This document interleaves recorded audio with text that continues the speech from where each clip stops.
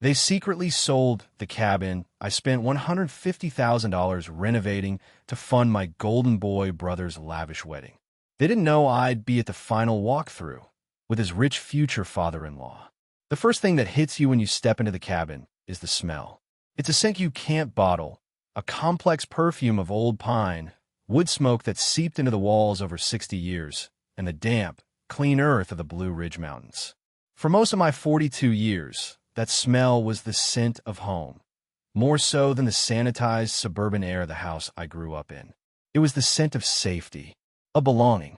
My name is Clara, and that cabin was my life's work. Not in a metaphorical sense. I mean it literally. It was my grandfather's pride and joy, a simple A-frame he built with his own hands. When he passed, he left it to my parents, but by then, it was already starting to surrender to the slow, persistent siege of time.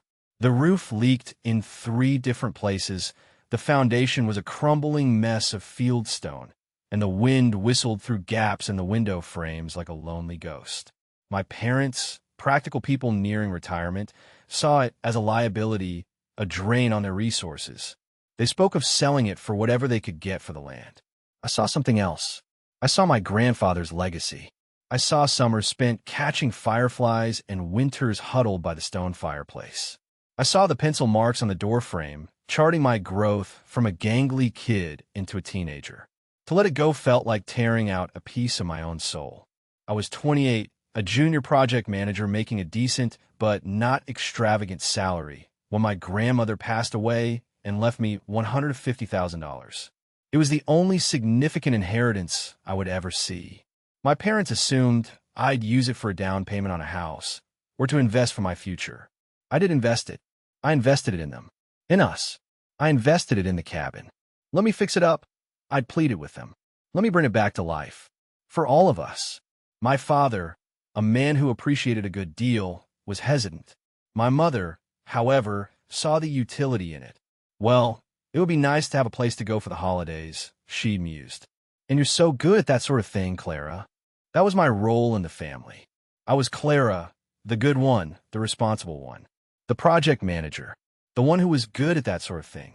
My brother, Leo, for years my junior, was the one who was good at charming people, at dreaming big, at spending money he didn't have. He was the artist, the free spirit. I was the carpenter.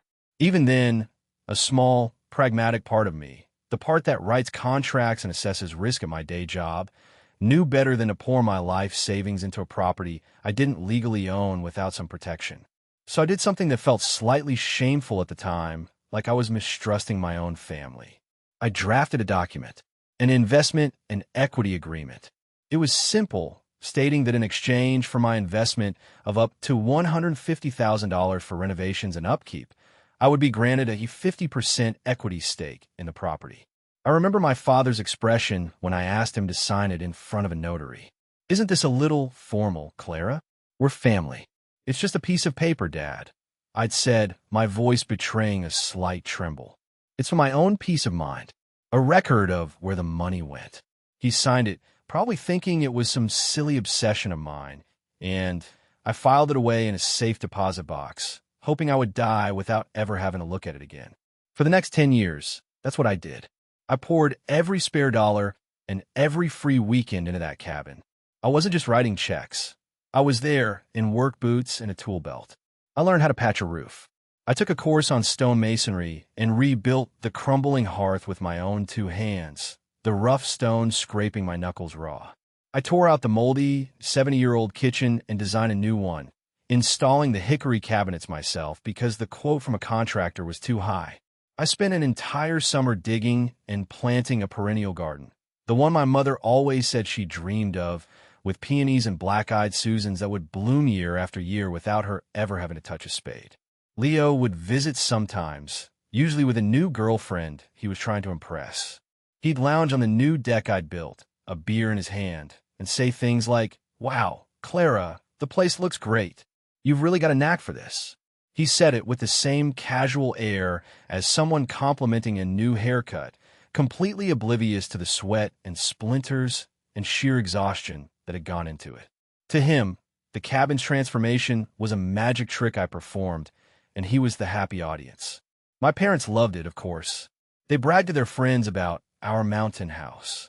They hosted Thanksgiving and 4th of July parties there, accepting compliments on the renovations as if they'd willed them into existence. My contributions became part of the family lore, absorbed into the collective we. We fixed up the old place. We saved it. My $150,000, my weekends, my labor, it was all silently erased, folded into the fabric of family generosity. The beginning of the end started at a Sunday dinner in April. Leo and his new fiancée, Tiffany, were there. Tiffany was a woman who seemed to be assembled from a Pinterest board labeled luxury lifestyle. She wore a diamond on her finger that was large enough to have its own gravitational pull and spoke about her wedding plans in a breathless torrent of brand names and eye-watering price tags. "We've booked the Grand Manor for next September," she announced, flashing her ring. "It's simply a dream, but their deposit policy is just brutal." I did a quick mental calculation.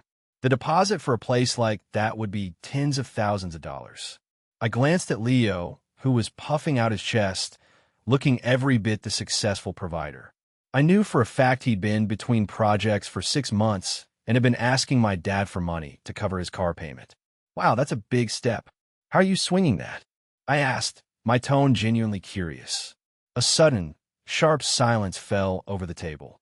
Leo shot me a venomous look. Tiffany's smile tightened. It was my mother who broke the silence, her voice brittle. "Leo is a grown man, Clara. They have it all figured out." My father cleared his throat and changed the subject, looking down at his plate with an intensity that made me feel cold. I saw him exchange a quick, almost imperceptible glance with my mother. It was a look I knew well. It was their "manage Clara" look, the one that meant a secret was being kept, a secret they knew I, with my pragmatic questions and spreadsheet brain, might uncover. I let it go, but a seed of unease had been planted. Over the next few weeks, my parents were strangely evasive. Phone calls would end abruptly when I walked into the room. They'd talk in hushed tones about the closing and the wire transfer. I assumed it was about the sale of some stocks for their retirement. I wanted to believe that. I clung to that belief because the alternative was too monstrous to consider. The truth, when it came, wasn't a dramatic revelation. It was a quiet, digital dagger to the heart. I was at their house helping my dad with his new laptop, cleaning up his desktop, when an email notification popped up in the corner of the screen. It was from a local realtor. The subject line read, Final walkthrough and closing, 124 Mountain Laurel Lane. My blood ran cold. 124 Mountain Laurel Lane. It was the cabin. My cabin. "Just another pop-up ad, Dad," I mumbled, my voice sounding distant to my own ears. My hand was steady as I moved the cursor, but inside, a seismic shock was tearing through me. I clicked it open. The email was brief and cheerful. It confirmed their final walkthrough for Friday afternoon and the closing for the following Monday. It mentioned the sale price, a number so shockingly low it could only be for a quick, all-cash sale. And then I saw the closing date again. Monday, the exact day before Leo and Tiffany's non-refundable deposit for the Grand Manor was due. The world went silent. The hum of the refrigerator, the ticking of the grandfather clock in the hall, my own breathing, it all faded away. There was only the white light of the screen and the black, sharp-edged words that laid my family's betrayal bare. They weren't just selling a building. They were selling my time, my labor, my grandmother's legacy. They were selling every weekend I'd spent covered in sawdust, every dollar I'd invested in their comfort, every splinter I'd pulled from my hands. They were cashing in my heart and handing the proceeds to my brother. And in that sickening, silent moment, I understood my true value in my family. I wasn't a daughter. I was a resource. And I had just been liquidated. For a long moment, I just sat there, staring at the screen. The betrayal was so absolute, so audacious, it almost didn't feel real. It felt like a plot point in a movie, not something that could happen in my own kitchen, with my own father humming in the next room. My first instinct was primal. I wanted to storm into the living room, to scream, to wave the email in their faces and demand an explanation. I wanted to see the guilt on their faces. But then, the project manager in me took over. The part of me that had been trained to suppress emotion in favor of strategy, to see the objective and work backward. Hysteria would get me nowhere. They would call me dramatic. They would twist my pain into an accusation of jealousy. They had been counting on my emotional reaction. I decided, in that cold, clear moment, that I would not give them the satisfaction. I closed the email, cleared the browser history, and spent another 10 minutes showing my dad how to bookmark his favorite news sites. My hands didn't shake. My voice was even. The entire time, a single sentence was repeating in my head like a mantra: do not react. Plan. That night, I couldn't sleep. I lay in my bed, the darkness pressing in on me. And for the first time, I let myself feel the full weight of it. It was a grief so profound it felt like a physical death. The family I thought I had, the one that was flawed, yes, but ultimately loving and fair, had never really existed. It was a story I had told myself, a cozy fiction I'd built around a cold, hard truth. I was the support beam, and Leo was the chandelier. They would sacrifice the structural integrity of the house just to make sure he sparkled. The next morning, instead of calling them, I drove the 2 hours to the cabin. I needed to see it one last time as mine. I used my key to let myself in, and the familiar smell of pine and wood smoke wrapped around me like a shroud. I walked through the rooms, my hand trailing along the smooth, cool surface of the kitchen countertops I'd installed. I stood in the center of the living room, looking up at the beams on the cathedral ceiling that I had sanded and stained myself, my arms aching for a week afterward. I walked out to the garden. The peonies were just starting to bud, tight green fists promising a ride of pink in a few weeks. A ride I would never get to see. I sat on the steps of the deck I had built, and I cried. I cried for the girl who had so desperately wanted her father's approval, for the woman who had believed her hard work would speak for itself.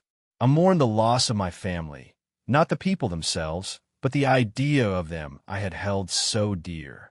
And as the sun began to dip below the mountains, painting the sky in strokes of orange and purple, my grief began to cool, to harden into something else. Resolve. Cold, clear, and unbendable as steel. In the silence of the cabin, I wasn't mourning the wood and nails anymore. I was mourning them, and I realized with a clarity that was both terrifying and liberating, you can't set yourself on fire to keep others warm. My family had been using me as kindling for years. The fire was over. The next day, I didn't go to work. I went to my safe deposit box. The investment and equity agreement signed by my father and stamped by a notary 10 years ago felt heavy in my hands. It was no longer a piece of paper I hoped to forget. It was a weapon. My next stop was to the office of my oldest friend. Sarah and I had known each other since kindergarten, and now she was one of the sharpest contract lawyers in the city. I sat in her sleek, minimalist office, the notarized document on the glass table between us, and I told her everything. She listened without interruption, her expression growing sterner with every word. When I finished, she picked up the agreement and read it carefully. "Clara," she said, her voice firm, "this is a legally binding document. They haven't just betrayed you. They've committed active, demonstrable fraud by trying to sell this property without your consent or compensation. This isn't just a family drama. This is a lawsuit waiting to happen." For the first time in days, I felt a flicker of validation. I wasn't crazy. I wasn't being dramatic. "What do I do?" I asked. Sarah leaned forward. "You do what you do best. You manage this project. We don't go in screaming. We go in with a case so airtight, so overwhelmingly documented, that they have no choice but to surrender. Go home. Gather everything. Every receipt for materials, every bank statement showing a transfer from your inheritance account to Home Depot, every photo you have of the renovations before and after. We build a fortress of facts." As I was leaving her office, my mind buzzing with a new, fierce purpose, I remembered something. Tiffany's constant, breathless posts on social media. I pulled out my phone. It only took me a few minutes of scrolling to find it. A picture of her and Leo, clinking champagne glasses. The caption, "So blessed that my amazing daddy is helping us secure our future. Hashtag Harrison Enterprises, hashtag family first." Harrison Enterprises. A quick search confirmed it. Tiffany's father was David Harrison, a notoriously shrewd real estate developer known for his ruthless business practices and his obsession with integrity. Leo hadn't just found a fiancée, he'd found a mark. And David Harrison was not a man who suffered fools. An idea began to form in my mind, a strategy so audacious it made my heart beat faster. My family had leveraged my work to fund my brother's fantasy. It was time to introduce that fantasy to reality. That evening, I sat at my computer and crafted the most important email of my life. It was addressed to David Harrison via the general contact form on his corporate website. Dear Mr. Harrison, my name is Clara Miller, Leo Miller's sister. I am writing to you under the assumption that we share a mutual interest in ensuring our families are built on a foundation of honesty and financial transparency. I have come into possession of documents regarding the imminent sale of a family property, a sale which appears to be funding my brother's upcoming wedding. These documents, along with a portfolio detailing a significant personal financial investment, may be pertinent to the substantial support you are extending to my brother's future. I will be happy to discuss this at your convenience. I believe a brief meeting would be mutually beneficial. Sincerely, Clara Miller. I hit send before I could lose my nerve. I expected to wait days or to never hear back at all. My phone rang in under an hour. The caller ID was blocked. This is David Harrison, a voice said, low and commanding. There were no pleasantries. You have my attention. My office, tomorrow at 10. The next morning, I walked into the gleaming, impersonal lobby of Harrison Enterprises. The man who greeted me was exactly as I'd imagined, impeccably dressed, with cold, intelligent eyes that seemed to assess everything and miss nothing. He led me to a vast corner office with a panoramic view of the city. He didn't offer me coffee. He just gestured to a chair. Talk. So I did. I laid out the entire story, just as I had for Sarah. But this time, I didn't just have the notarized agreement. I had the portfolio Sarah had told me to build, a binder thick with 10 years of receipts, bank statements highlighted in yellow, and glossy before and after photos of the cabin. He listened in absolute silence, his face unreadable. He examined the notarized agreement. He flipped through the photos. He scanned the bank statements. When I finished, he leaned back in his leather chair and steepled his fingers, his eyes fixed on me. My daughter, he said, his voice a low rumble, values things. I know this because I taught her that with my long hours and expensive gifts. She thinks she's marrying a self-made man who just needs a little boost. A man with a significant inheritance of his own. He tapped the binder. You've shown me she's marrying a fraud, propped up by your sacrifice and his parents' delusion. He stood up and walked to the window, looking out over the city. I despise being lied to, Ms. Miller. It's bad for business, and it's a fatal flaw in a man's character. He turned back to me, and for the first time, I saw something other than cold analysis in his eyes. It was a flicker of respect. They're doing the final walkthrough on Friday afternoon, you said? I nodded, my heart hammering against my ribs. Good, he said, a grim smile touching his lips. You and I will be there. It's time my future son-in-law had a proper performance review. Friday arrived with a mocking, picture-perfect beauty. The sky was a brilliant, cloudless blue, and a gentle breeze rustled the leaves of the trees lining the mountain road. It felt like a day for celebrations, for new beginnings, or, in my case, for calculated endings. I met David Harrison at a small diner a few miles from the cabin, as we'd planned. He was already there when I arrived, nursing a black coffee and staring out the window, his expensive suit looking comically out of place among the faded vinyl booths and Formica tabletops. He looked up as I slid into the seat across from him. There was no small talk. Are you ready for this? He asked, his gaze intense. I'm not sure ready is the right word. I admitted, my hands cold around my own coffee cup. But I'm resolved. There's a difference. A flicker of approval crossed his face. Yes, there is. We drove to the cabin in separate cars. I got there first, pulling into the gravel driveway that I had painstakingly weeded and regraded myself 2 summers ago. I unlocked the door, the familiar click of the lock echoing in the quiet air. For a moment, standing on the threshold, I felt a fresh wave of grief.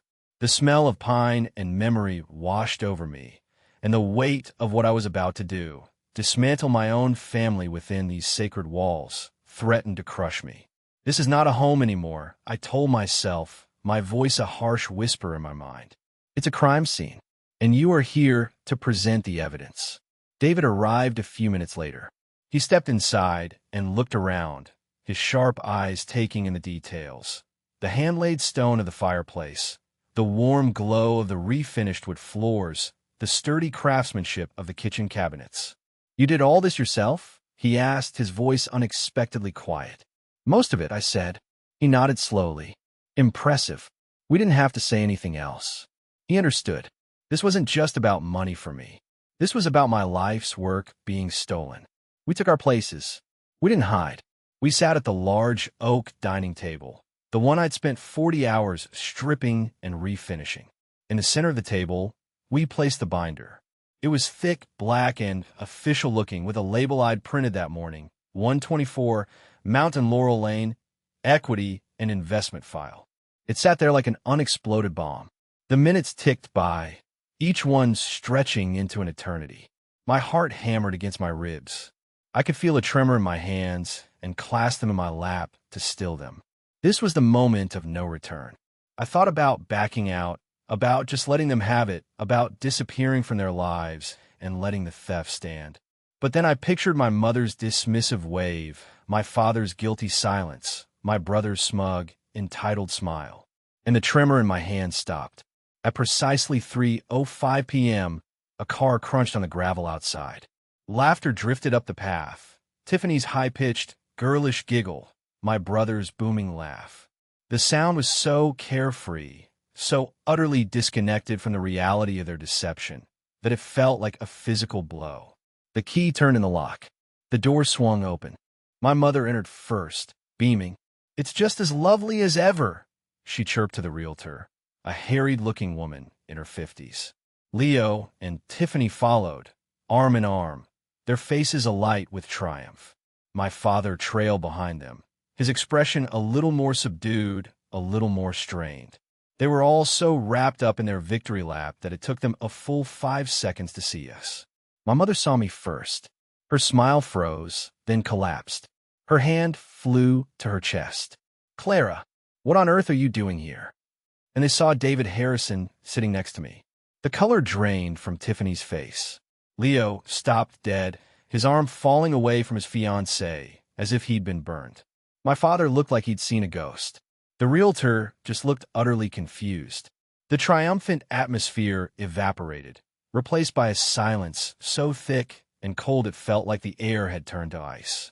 I remained seated. I didn't raise my voice. I looked at my parents and my brother, and I spoke with a calm that I didn't know I possessed. "Hello, everyone," I said, my voice cutting through the silence. "I believe you're selling my house." My mother found her voice first, a shrill, defensive squawk. "Don't be ridiculous, Clara. You know this is our house. Don't make a scene." "A scene?" I repeated, tilting my head. "Is that what this is? I thought this was a final walkthrough for a fraudulent real estate transaction." I gestured to the binder on the table. "This concerns the $150,000 of my money that's holding these walls up. And it most certainly concerns Mr. Harrison, who is about to co-sign a mortgage for a marriage that is being funded by theft." Tiffany let out a small, strangled gasp and took a step back from Leo. "Now, Clara, listen," my father started, taking a step forward, his voice placating. "Your money was a gift. You offered. You wanted to help the family. I wanted to save our family's legacy, Dad, not to finance Leo's delusions of grandeur." I turned my cool gaze on my brother. "Tell me, Leo, what exactly is the name of your successful consulting business? The one that's allowing you to afford a $500,000 wedding?" Leo's face went from pale to blotchy red. That's none of your business." "I think it is," I said, opening the binder. I slid a piece of paper across the table. "Because according to public records, the 2 LLCs you started in the last 5 years were both dissolved due to failure to pay state taxes. Your only current source of income appears to be Dad's credit card." The realtor's eyes widened. Tiffany looked at Leo with dawning horror. "And Mom, Dad," I continued, my voice unwavering, "did you disclose my 50% legal notarized stake in this property to your realtor? To the buyer? I glanced at the realtor. Because failing to disclose a co-owner with a vested financial interest isn't just unethical. I believe the legal term is felony fraud. That's when the chaos erupted. My mother started shouting about my ingratitude. Leo was sputtering about lies and jealousy. My father was just standing there, his face ashen, opening and closing his mouth like a fish out of water. And in the middle of it all, I pulled out the final document. The original 10-year-old investment and equity agreement, with its crisp notary seal and my father's signature at the bottom. I held it up. This isn't a sentimental letter, Dad. This is a contract. A legally binding contract that you signed in front of a public notary, acknowledging my 50% ownership of this asset. The shouting stopped. The air crackled. The truth was out, undeniable and ugly. Then David Harrison, who had been watching the entire exchange with the silent, predatory stillness of a hawk, stood up. The room, which had fallen quiet, became deathly still. He was the new center of gravity. He didn't even look at my parents. His cold, unforgiving eyes were locked on Leo. "Leo," he said, his voice dangerously soft. "Last week, you came in my office. You asked me for a $25,000 bridge loan to cover what you called unexpected closing costs. Was that loan for this house? Or was it to cover the maxed-out credit card debt I had my assistant pull up this morning?" Leo physically recoiled, as if struck. David then turned his gaze to his own daughter. Tiffany flinched. "And that diamond," he said, pointing to her ring. "The one he told you was a VVS1, 3-carat stone from a private dealer. We're going to have it appraised. My guess is it's a lab-grown moissanite with a forged certificate. Because a man who builds his life on lies starts with the small ones." Tiffany stared at her ring, then at Leo, her face a mask of utter devastation and humiliation. Finally, David Harrison delivered the verdict. He spoke to the room, but his words were a wrecking ball aimed at the foundation of my family's lies. "The engagement is off," he stated, his voice ringing with finality. "The wedding is canceled. To the realtor, I apologize for your wasted time, but as you can see, there is a significant ownership dispute and potential criminal activity here. This sale is not proceeding." He looked at my parents, his expression one of pure contempt. "And to you, I suggest you get a very good lawyer. It appears you're going to need one." He gave me a slight, almost imperceptible nod. Then he turned and walked out of the cabin, leaving my family standing alone in the ruins of their own making. I stood up from the table, my legs feeling strangely steady. I looked at the three of them.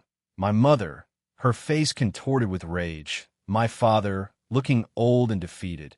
My brother, staring at the floor, his grand fantasy shattered around his feet. There was nothing left to say. The truth had been spoken. The bomb had detonated. I walked to the door, my movements feeling deliberate and light. I didn't slam it. I simply pulled it closed behind me, the soft click of the latch echoing the final, quiet end of my life as their daughter. As I walked down the gravel path, I could hear the shouting start up again inside, but this time it was directed at each other. The blame was being passed around like a hot potato. It was no longer my problem. The air outside felt clean and cool on my face. I got in my car and drove away without a single look in the rearview mirror. I didn't feel triumph, not yet. I just felt a vast, hollow emptiness where my family used to be. And in that emptiness, for the first time, there was space for me. The next week was a blur of legal activity. David Harrison was true to his word. He connected me with his firm's top litigation attorney, who worked in the same building as my friend, Sarah. Together, they drafted and sent a formal demand letter to my parents. It was a cold, clinical document outlining the facts of the notarized agreement, the fraudulent sale attempt, and our demand, a full buyout of my 50% equity at current, fair market value, to be paid within 60 days. Their response came a week later, not from them, but from a lawyer they had hired. It was a vicious, ugly letter. It painted me as a bitter, vindictive spinster, jealous of my brother's happiness. It claimed the money had been a gift, and the notarized document had been signed under emotional duress, a tactic they accused me of using to manipulate my aging, generous father. It was a declaration of war. I remember reading it and feeling a surge of white-hot anger, followed by a surprising calm. They were still following the same old playbook. When the facts are against you, attack the person. This is good, Sarah told me over the phone. They're desperate. They're showing their hand. That's when we played our final card. His name was George. George was 81 years old and had lived in the cabin next to ours for over 30 years. He was a kind, quiet man who had watched me grow up. He had seen me, season after season, year after year, hauling lumber, mixing concrete, and pulling weeds while my family relaxed on the deck. Sarah's partner, the litigator, drove up the mountain to meet with him. He came back with a 4-page, sworn affidavit. In it, George testified under penalty of perjury that he had witnessed my decade of continuous labor on the property. He detailed conversations where my father had bragged to him, saying things like, if it weren't for Clara and her inheritance, this place would be dust. And on another occasion, half of this place is rightfully Clara's. She's earned it. It was irrefutable, third-party validation, a nail in the coffin of their lies. We sent the affidavit to their lawyer. The response this time was different. It was a single sentence. Our clients are prepared to discuss a settlement. They had to take out a massive second mortgage on their own home to pay me. The wire transfer appeared in my account on a rainy Tuesday morning. The number was precise, sterile, and beautiful. It wasn't just money. It was restitution. It was freedom. The family, as I had known it, was completely broken. Leo and Tiffany's breakup was apparently spectacular in public. Without the promise of my family's money or her father's backing, their relationship dissolved. The last I heard, Leo had moved back into my parents' basement at the age of 38. The silence from them was absolute. They didn't call. They didn't write. It was as if I had ceased to exist. And the relief of it was the most profound peace I had ever known. I used the money to do what I should have done a decade earlier. I started my own business, a boutique project management firm specializing in the restoration of historic homes. It was my dream, the one I had put on hold to fix their broken-down cabin. My first major client was a referral from David Harrison. He and I still have lunch sometimes. We are an unlikely pair, bound by a shared respect for integrity. We never speak of our families. We speak of blueprints and budgets and the satisfaction of building something true and solid from a good foundation. About 6 months after the settlement, my phone rang. It was an unknown number, but I answered it. Clara. It was my mother's voice. It was thin, reedy, and full of a familiar, cloying note of martyrdom. I didn't say anything. I just thought you should know, she continued, her voice trembling with self-pity. Your brother's life is ruined. He has nothing. He's a broken man. I hope you're happy with your money. I listened to the accusation, the final, desperate attempt to land a blow, to hook me with guilt. A year ago, it would have worked. I would have felt that familiar pang, that sense of responsibility. But the woman who had cried on the cabin steps was gone. I'm happy with my self-respect, Mom, I said, my voice even and calm. That's what this was about, not the money. I paused, taking a breath. The final boundary needed to be drawn. I wish you all the best. I truly do. Another pause. My phone number will be changing tomorrow. Please don't try to find a new one. Goodbye. I pressed the red icon on the screen before she could reply. I blocked the number. And then I cried. Not tears of sadness or anger, but of release. It was the final, severing cut. The end of a long, painful amputation. Today, I'm standing in a beautiful, dilapidated Victorian house in the city. It's my newest project. The plaster is crumbling, the floors are warped, but the bones are good. It has soaring ceilings and wide, hopeful windows. I bought it for myself. Sometimes, late at night, I think about the cabin. I don't feel anger anymore. I feel a quiet pity for people so trapped in their own deceptions that they would sacrifice their own daughter for a lie. They didn't understand that a family, like a house, requires constant maintenance. It needs honesty for its foundation, respect for its frame, and love for its roof. They let theirs fall into ruin, and then they try to sell the wreckage. They try to sell my past to fund my brother's future. In doing so, they gave me the greatest gift I could have ever asked for. They gave me my own future back. Standing here, in this dusty, sun-drenched room, surrounded by the promise of what's to come, I feel a sense of profound peace. The work ahead is hard. It will take time. It will take everything I have. But this time, every nail I hammer, every wall I raise, every floorboard I lay is for me. This time, I'm building a home on a foundation that no one can ever take away.